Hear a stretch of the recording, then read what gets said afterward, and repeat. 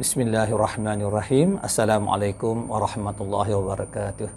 Alhamdulillah, syukur pada Allah Subhanahu wa taala atas limpah kurnianya yang memberikan kekuatan dan kesempatan kepada saya untuk menyediakan satu, kita kata, YouTube channel, Pusat Rawatan An-Na'am, yang mana dalam YouTube channel ini saya akan uploadkan video-video berkait dengan rawatan yang diberikan oleh pusat ini. Jadi kita harapkan pesakit-pesakit yang pernah mendapat rawatan di sini bolehlah merujuk kepada YouTube channel ini untuk mendapatkan info-info tambahan, dan ia juga boleh digunakan oleh sesiapa sahaja yang berminat untuk mendapatkan info berkenaan dengan rawatan ataupun berkenaan dengan pusat rawatan An-Na'am. Sebelum itu, sepanjang saya membuat rawatan, saya selalu mendapat pertanyaan daripada pesakit dan juga kadang-kadang daripada keluarga pesakit, bagaimana saya boleh terlibat dengan bidang rawatan ini. Ada yang tanya macam mana saya belajar, ya, apakah rawatan yang kita boleh lakukan, bagaimana kita nak tahu adakah kita ni terkena sihir ataupun adakah kita ni ada gangguan saka, ya. Itu antara perkara-perkara yang sering dipertanyakan oleh ramai pesakit ataupun keluarga pesakit yang datang berkunjung ke pusat rawatan saya ini.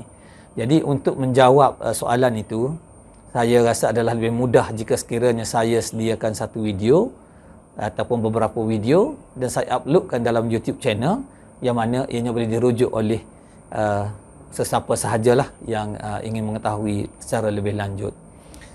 Secara umumnya, untuk maklumat lah, ya, secara umumnya penglibatan saya dalam bidang merawat ini bermula sejak tahun 2005 lagi, iaitu pada masa saya mula-mula mengalami sakit misteri. Pada masa itu badan saya menjadi letih, kadang-kadang terlena semasa memandu, pergi pejabat, kadang-kadang nak pergi pejabat rasa tak ada semangat, bila pergi kerja tertangguh, banyak benda yang dibuat ada kesilapan. Ada kalanya bila masuk dalam pejabat rasa macam tak tahu apa benda nak buat, rasa macam dah semua dah selesai, tapi bila pulang ke rumah barulah ingat, ada lagi yang tak siap, ya.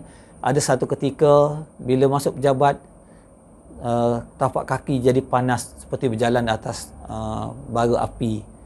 Jadi bila balik di rumah pun rasa letih, tak ada semangat, solat jadi bertangguh, ya. Jadi semuanya jadi kita katakan tidak teratur lah, ya. Jadi hasil daripada itu, kesan daripada itu, saya telah pun usaha ikhtiar berubat di merata-rata tempat, ya. Cari ustaz, cari guru, cari orang yang boleh membantu, tapi agak lama jugalah, sehinggalah akhirnya seorang rakan sepejabat beritahu, boleh tak kalau awak cuba-cuba dengan seorang guru bernama Cikgu Lee, ya, dia juga merupakan seorang guru Quran, ya. Jadi saya tanpa berfikir panjang terus telefon, buat appointment dan pergi untuk berubat. Jadi semasa menunggu giliran untuk berubat, saya sempat tengoklah, ya, pesakit-pesakit itu dirawat, cara dirawat, ya. Apabila giliran saya tiba, saya pun ambil tempat, dan bila saya duduk, perkara yang pertama dia tanya saya ialah, awak sanggup tak untuk selawat setiap hari? Jadi saya pun jadi terkejut, kenapa saya kena selawat, sedangkan orang yang sebelum saya tidak pernah ditanya soalan begitu. Tapi saya tidaklah pula saya bertanya pada dia kenapa. Saya cuma, ialah kita nak berubat, kita sanggup je lah. Okay, saya kata insya-Allah saya akan boleh buat. Okay, dia kata kalau sanggup kita bolehlah berubat. Okay, jadi bermula daripada situ saya pun mulalah berubat, ya. Alhamdulillah, setelah berubat dengan beliau, saya rasa ada perubahan yang positif, ya. Makin hari makin baik, makin hari makin baik, ya.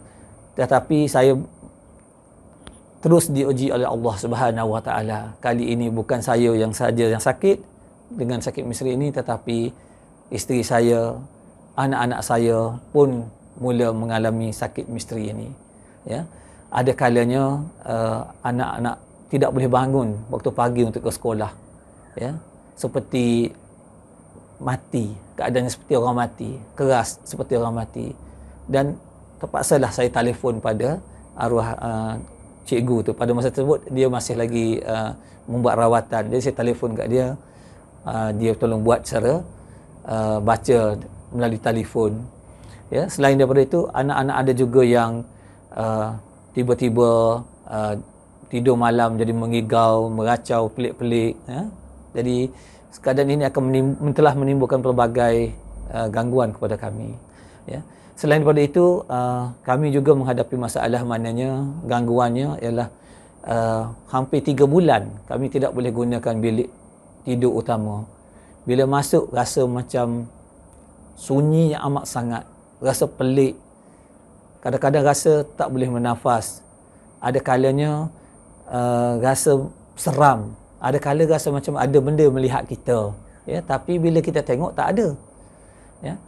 Jadi ada kalanya dalam rumah ni kita berjalan macam kita berjalan atas kaca, berjalan atas pasir. Jadi macam-macam dugaan yang kita hadapi. Anak-anak juga, selain daripada yang saya beritahu tadi, yang tak boleh bangun pagi pergi sekolah, ada 2 orang anak saya yang bermain badminton, ya, anak bermain badminton mewakili peringkat negeri, ya. Mereka kena dalam gelanggang, ya. Jadi bila terkena dalam gelanggang, kebetulan di gelanggang sebelah tu ada pasukan doktor yang bermain, doktor USM yang bermain. Jadi mereka datang tengok, dia kata ni tak boleh ni, kita kena bawa pergi USM. Panggil ambulans 911 datang, ambil terus ke kecemasan di SUSM Kebangkerian. Hampir 3 jam di sana, doktor kata, cik, anak cik boleh balik. Dan saya pun tanya, okey, mana ubatnya? Doktor kata tak ada ubat ni bukan, tak perlu ubat. Jadi saya pun terfikir, daripada dalam keadaan dia terkena dalam gelanggang tu menggelumpur macam ayam kena sembelih, tiba-tiba bila nak balik, doktor kata tak ada ubat. Tak apalah, saya balik je lah, buat dia balik. Kemudian bila dia pergi ke sekolah 2 hari kemudian, dia telefon, ayah, tak kenal cikgu, tak kenal kawan. Jadi saya pun terus balik daripada pejabat, ambil dia, bawa ke rumah Cikgu Lee ni. Pada masa tersebut Cikgu Lee, ya, bawa rumah dia. Dan dia kata, oh, tak apalah, kita kena ikhtiar, ada gangguan semasa dia berlawan tu, ada gangguan yang terkena dalam gelanggang. Okey. Kemudian adik dia pula, ya, adik dia pula semasa perlawanan akhir untuk bawah 12, perlawanan akhir lelaki, perlawanan final, ya, tiba-tiba pukul bola ke belakang, bukan ke depan.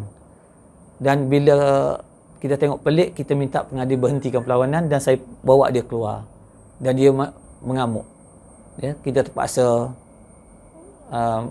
merawat dia pada masa tersebut. Ya. Itu berlaku pada waktu pagi. Itu pagi sebelum rehat Zuhur. Sesi petang dia pula main lagi sekali untuk bergu. Dan dia boleh main dengan baik. Dan menang pula bergu bersama dengan kawan dia. Menang. Jadi ada orang tanya saya, tadi anak awak ni kenapa? Jadi saya pun nak cakap macam mana? Saya pun cakap, saya pun tak boleh nak cakap. Tapi kita dah tahu. Ya, ini benda-benda melibatkan ujian Allah pada saya. Tapi ujian ini memang peritlah sebab ini dalam bentuk yang tak nampak. Ataupun kita kata sebagai penyakit misteri. Ya, ada juga anak saya yang sulung yang sakitnya berpanjangan semasa belajar di universiti sehingga tangguh pengajian. Ya. Tapi alhamdulillah setelah kita usaha bersama dengan Cikgu Lee ni, alhamdulillah dapat tamatkan pengajian dan telah pun bekerja. Jadi sepanjang kita melalui keadaan ini, kadang-kadang anak kita kena dalam pukul 2 pagi, pukul 3 pagi, kita bawa pergi ke rumah Cikgu Lee. Jadi bila dia tengok kita keadaan macam ni, dia kata, dia kesian kat kita. Dia kata beginilah, saya dah bagi ayat-ayat untuk awak zikir, awak bacalah ayat-ayat ni bila anak awak ni terkena gangguan. Buat macam ini cara dia, picit di sini, tekan di sini.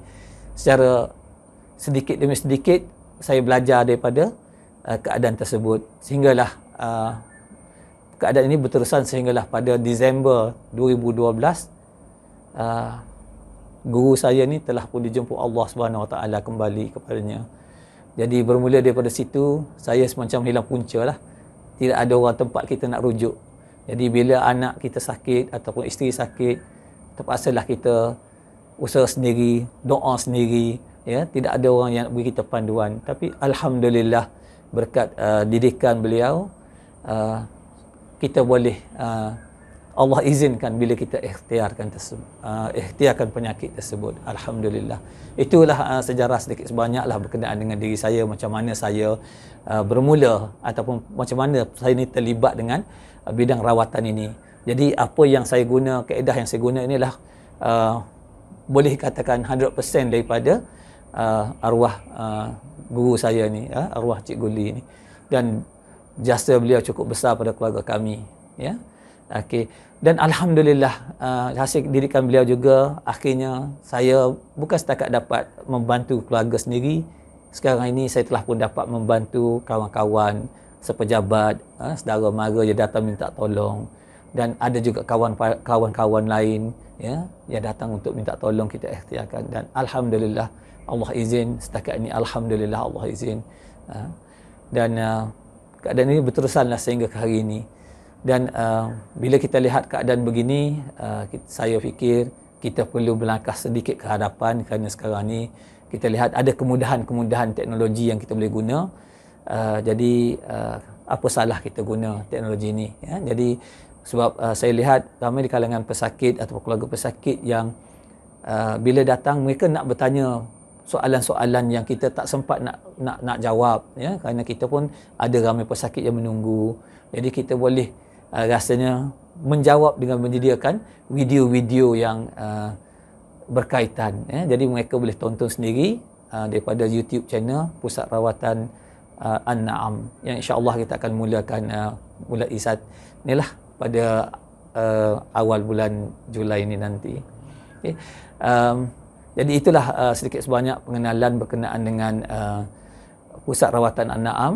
Jadi bagi saudara-saudari ataupun tuan-puan yang menonton video ini, kalau ada perkara yang berkait dengan rawatan bagi penyakit misteri, kalau tuan-puan nak cuba, insya-Allah kita akan cuba membantu, ya.